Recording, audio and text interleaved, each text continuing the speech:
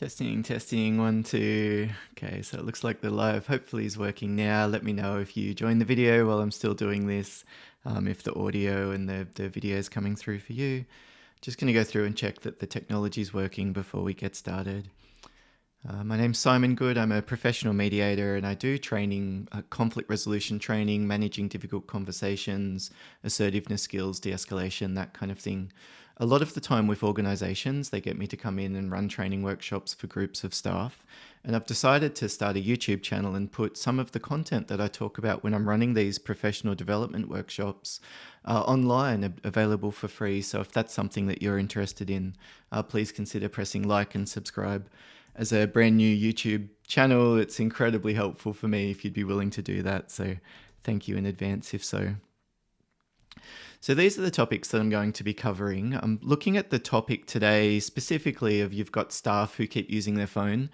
It's a recurring issue that often comes up when I'm running conflict resolution training workshops, and it's incredibly frustrating, I think, for managers, team leaders, business owners, particularly I think for younger staff who maybe have a higher level of addiction, and they might also have a different set of values that they bring, a different set of expectations. And so what I'm going to do today is talk about some options from a leadership perspective of dealing with that issue of staff using their phone, particularly at work, during their shifts, in front of customers, during meetings, that kind of thing.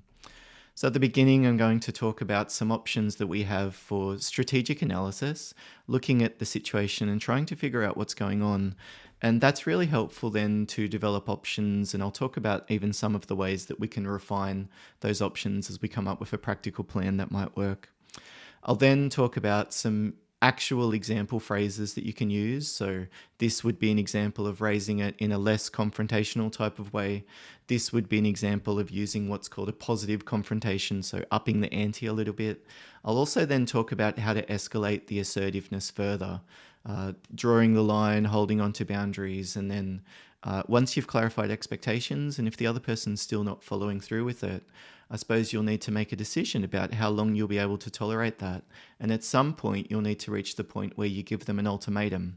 This is your final chance. This is the last warning, that kind of thing. And so I'll talk about the most effective way that you can do that as well. About me, I do management consultations for organizations that have gone through an issue or they've got some cultural problems and they're looking to sort of reorient the team. I do workplace mediation myself directly, conflict coaching, as well as that conflict resolution training that I mentioned.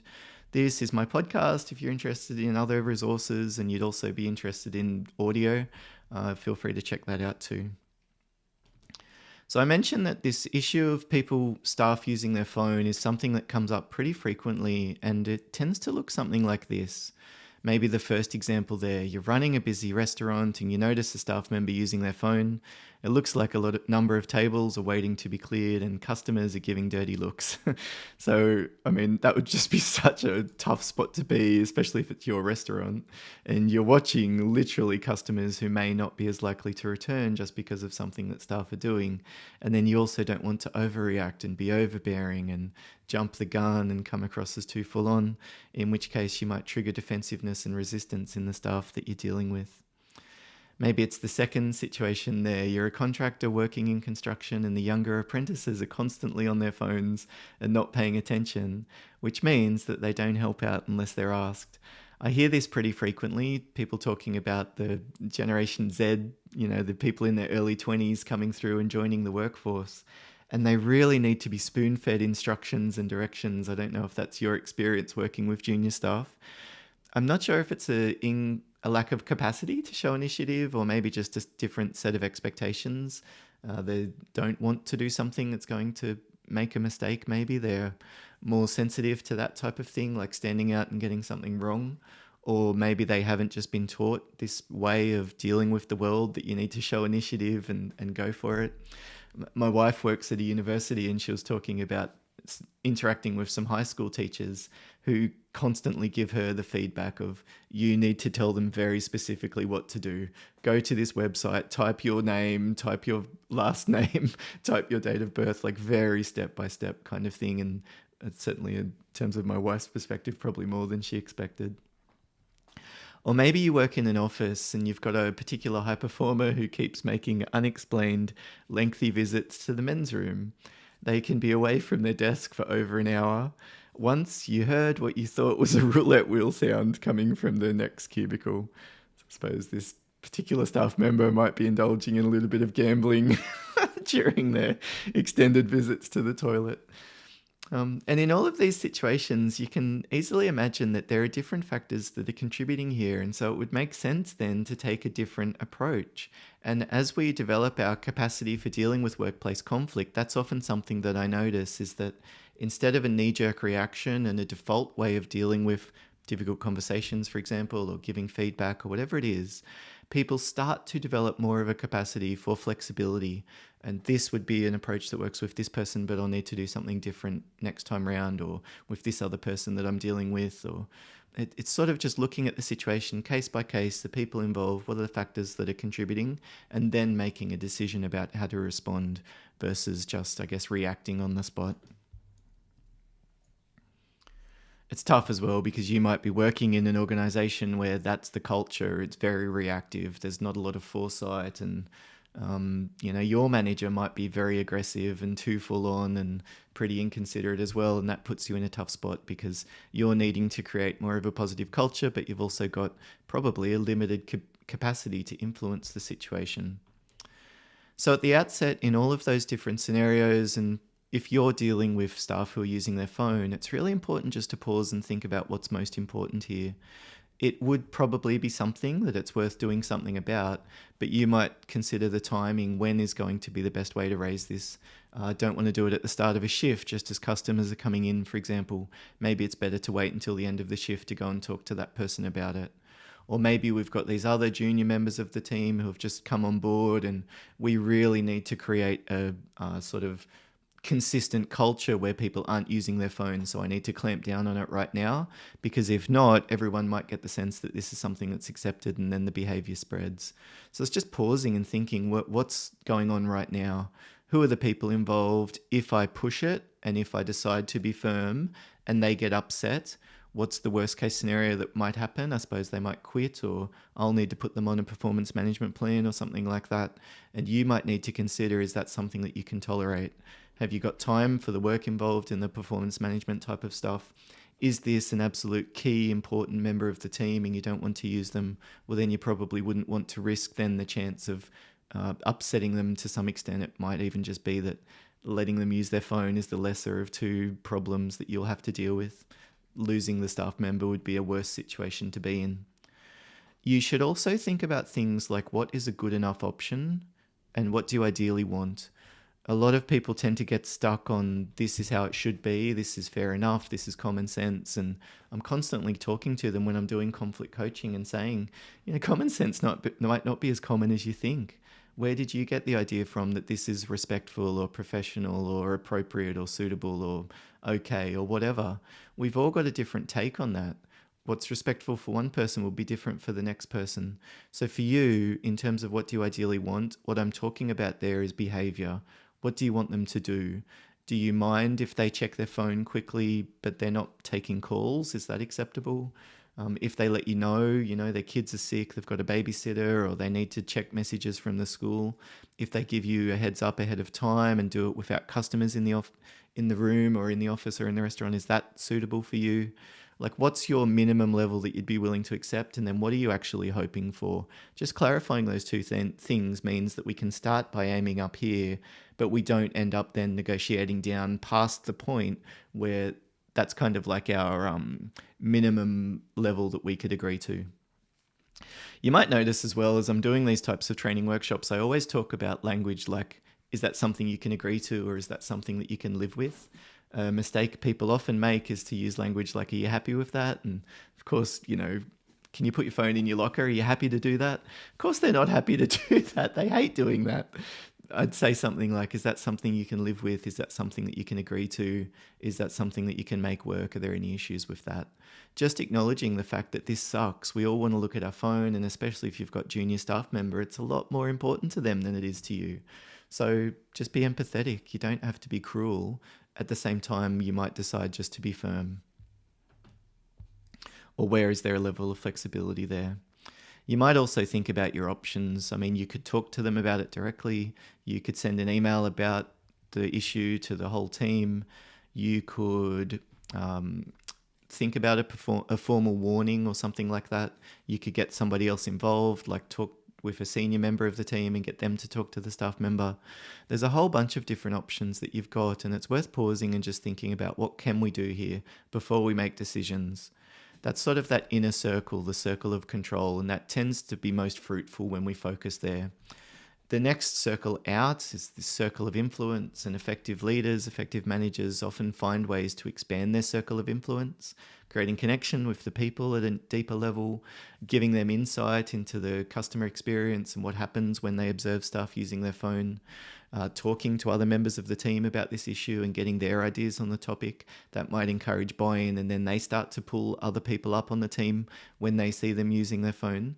Thinking about options for influencing others is also really important, but what usually doesn't work is focusing on that outer circle, which is the circle of acceptance. I see a lot of people in workplace conflict ruminating and obsessing about something that they wish was different. This person is just being completely unreasonable. I wish that someone would pull them into line. I can't believe they hired this person. They just need to go. I'm just biding my time until they get rid of them. And then, of course, you're not in charge of that. You can't guarantee that that person's going to get the sack, or when it would happen, or that this person's going to get pulled up on their bad behavior, or these COVID guidelines that the organization's put in place, or this is the bullying policy. And I wish it would be different to include stuff like I'm experiencing. A lot of people burn themselves out thinking about things that are completely outside of their control.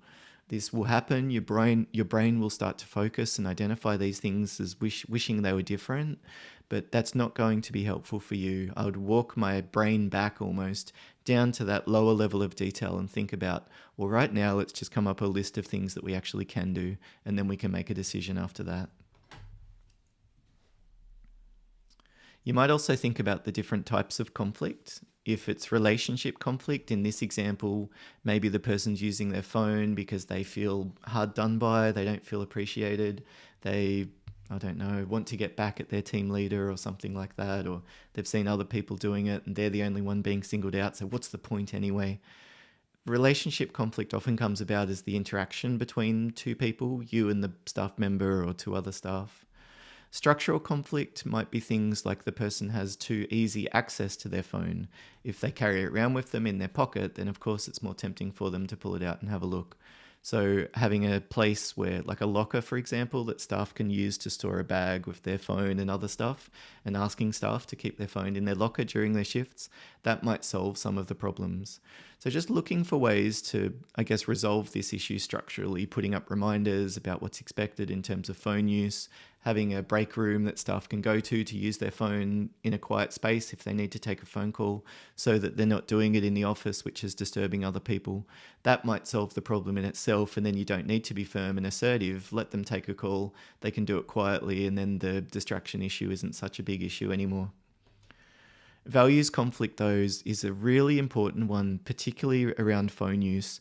This is the idea around what's okay and what's not okay. And what I notice is that a lot of managers have ideas about using the phone, like it's rude to use your phone during meetings, for example. Well, that's not a commonly held belief across everyone in all sectors, in all ages, with all different backgrounds. It's a subjective thing. It's perfectly fine if that's what you expect to ask staff to do that, but it's something that will often need to be clarified. So when we're dealing with values conflict, the key here is to acknowledge both values, both sides of the argument. And we would usually start with the other person's perspective. So if we think that it's values conflict, I might talk to the staff member and say something like, look, I just want to touch base about meetings, and something I've noticed is that you've been using your phone a little bit. Look, I know a lot of workplaces don't mind that type of thing, and even other managers here might tolerate that. I just want to be transparent with you, though, that while we're in meetings that I'm running, I expect staff to be concentrating on the discussion, which typically means that they won't be using their phone. If you've got an emergency happening, there's something that you need to keep an eye on, you're buying a house or something, let me know, and I'm happy to talk about some flexible arrangements. But moving forward, unless you do let me know that there's something that you'll need to keep an eye on, I'll be expecting you not to be doing that. Is that something that you can make work? I know we've got different ideas around this. What are your thoughts? So we acknowledge both of those different perspectives and then basically open up the door for a discussion. That key at the end is, what do you think? What's your take? What's your perspective around all of this? What do you think would work best? Data conflict would be just making sure that the staff know what to expect. An interest conflict would be stuff like the staff want to use their phone, it's fun, you want them to focus on their work because you're paying them and it's important for them to be productive. And there might not be a way to meet both of those interests. So here we would often need to decide, well, how accommodating or how assertive do we need to be? Can we meet in the middle? Do we just need to be firm? Can we tolerate some level of the behavior? What are we going in with here? Deciding that ahead of time is often so much more helpful than trying to come up with all of this sort of off the top of your head when you're in a sticky situation. The next important step is to clarify. This is that data conflict and the values conflict stuff. It's to ask for what you want. And here what we want to focus on is discussing the actual behavior.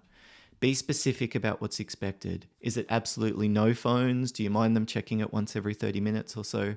Is it phone calls that are the problem but messages are okay? Is it selfies during their shift? Like, what's actually happening here?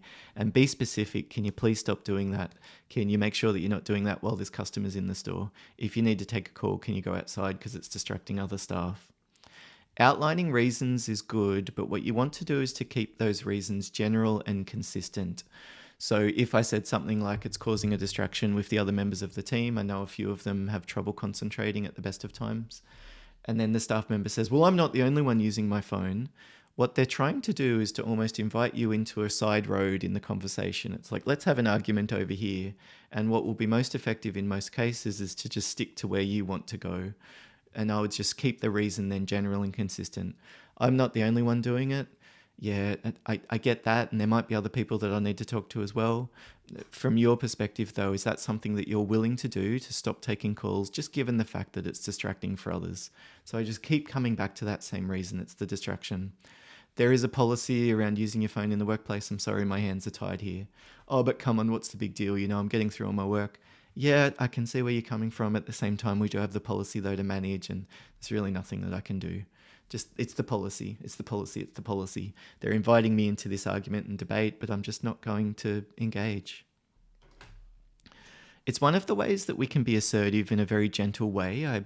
You might notice I'm not a real, gung-ho alpha kind of guy, but I'm pretty assertive. I've been very successful in all of the different management and leadership roles that I've been in. When I was studying my MBA, I actually won a negotiation competition against all of these really high level. This was in Newcastle in Australia, and we had a lot of mining companies and shipping executives and that kind of thing. And I won this. I got a $500 prize or something, which back then was quite cool. It was a lot of money, but people were trying, is my point. And I don't think necessarily that you need to be harsh or aggressive to be assertive. I think that you can still be calm and composed and kind and supportive in a lot of cases, even when you're holding the line. The key is that we need to find the right language and the right tools to do that. So coming back to those reasons in that very firm way and just keeping the conversation on the track that you decide, that's an example of that. It's this organic way of just avoiding the distractions. Let's just stay on target, stay on target, stay on target, and at all costs avoid criticism. Now, when we're talking about something like staff using their phone, I really like this option of if you, then I. It's like a moderate way of at least dealing with the topic initially. If you can make sure you're not taking calls or using your phone while the customers are in the store or whatever it is, then I'm happy for you to check your message every now and then, as long as you're getting through the rest of your work. If you can make sure that you're not usually checking your phone during your shift, as we've talked about, unless there's an emergency that you're dealing with, then I'm happy to talk about more frequent breaks so that you'll have a chance to check it more often. If you can do this, then this is what I'm going to do for you that's good for you. Or if you want to structure it differently, here's what I can do for you. In order for me to do that, I need you to do this. A really effective tool that you can often use also in negotiation. I often talk about this as one of the strategies when I'm doing negotiation training.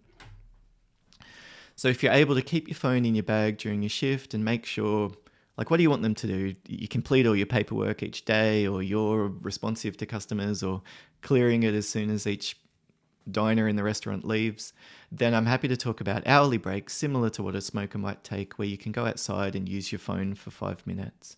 If you can do this, keep your phone in your bag, I'll do this, give you more frequent breaks. I tend myself to use what I think of as a pretty collaborative leadership model, and I think that this fits quite well with that too. So let's imagine a situation where you've told them not to use their phone, but they keep doing it. This is probably a point where you'll need to confront them on it. And I like this model, Positive Confrontations, developed by Barbara Pacta. I'll put a link to her book in the show notes. It's quite a good resource. I like the model. It's reasonably simple and easy to apply. And the idea is that we talk about what is the person done and what's the consequence. Then we specifically ask them to do something different, focusing on their behavior. And then the final step is a check. It's like, is that okay? Are there any issues with that type of thing? So here we might say something like, hey, Jim, I've noticed you using your phone a couple of times during the shift. In other places you've worked, this might have been totally fine, but while you're working here, I just want to be clear that the expectation is that you won't be using your phone. So it's very clearly, this is what's happened. You've used your phone and you're not supposed to be. The second step is the ask. Last time we discussed it, it sounded like you were okay with it being kept in your bag. I'm not sure if something's changed. Is that still possible? How does that sit with you now? So we sort of state what's expected, and then the final step is some type of a check. I'm not sure if anything's changed since then. What do you think? When we approach a confrontation in this way, it tends to minimize the chance of resistance and defensiveness because it doesn't come across as criticism, but we're clearly outlining what's expected and why. They still might get upset, they might lose it, and who are you to tell me what to do, or why am I being singled out, or I'm going to go and talk to your boss about this, or you should expect who knows? We can't control the other person's behavior, right? That's that circle of acceptance. But what we can do is think about how to prepare, the best timing, the best structure, the best phrasing to use, and do our best. Your voice might be a little bit more quivery, you might get a bit reactive and angry yourself, you forget something that you were meant to say. You're human, so it's not going to be perfect. But what you can do is to plan, predict, and prepare. And then that increases the chance of you being able to perform. I don't know about you, but a lot of people find conflict something that really does start to erode their confidence over time, especially if they have a couple of interactions that don't go well. So if you're feeling like a little bit overwhelmed or unsure about all of this, you're certainly not alone. It's a very common thing that often comes up in conflict resolution training, and it's one of the reasons why I actually often include elements of self-care and burnout prevention or vicarious trauma or whatever it is, just because these often come along with conflict. There's a level of stress, and often the way that we look after ourselves influences our capacity for dealing with especially workplace conflict. We have this idea of work-life balance that kind of implies separation, but of course our experiences at home impact our work and vice versa. And by the way, all of these tools are also very useful when you're dealing with a 7-year-old having a meltdown, or a partner who's being a little bit difficult and not helping with something, or whatever it is you want to talk about clarifying expectations. So we're escalating the level of assertiveness now. Here we're talking about delivering ultimatums. And I really like this particular model of doing it as a choice and putting the positive option second. What I found is that it has so much more prevalence in the person's memory and attention when we structure it like this. If we don't, what happens is that it comes across as a threat. If you do this wrong, this is what's going to happen for you. It is a threat. It's not surprising that it comes across as a threat. It literally is. If you're going to do this, this is what I'm going to do to you. But what we want to do is to emphasize the change in behavior, the positive action that we want them to do, and the better consequence for them as a result. It's like we're still asking them to do something. Don't forget that. A lot of people say, if you swear at me one more time, I'm going to hang up the phone. And then the person says F you and they hang up the phone straight away. It's like, well, that wasn't very surprising. But if you said it something like, look, if you swear at me again, I'm going to end the call. Or if you can stop swearing and use different language, I'll do my best to see what I can do to help.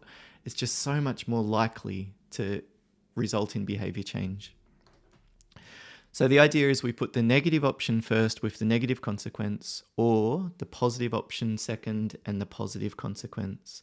So here's an example on the screen. Hi, Sarah. I've spoken to you about using your phone during shifts previously. At the same time, I can see that you've kept using it, or I've noticed 3 times over the past week that there's been different times you've used it with customers in the store. Or give the facts. It should be just the facts, but reasonably specific.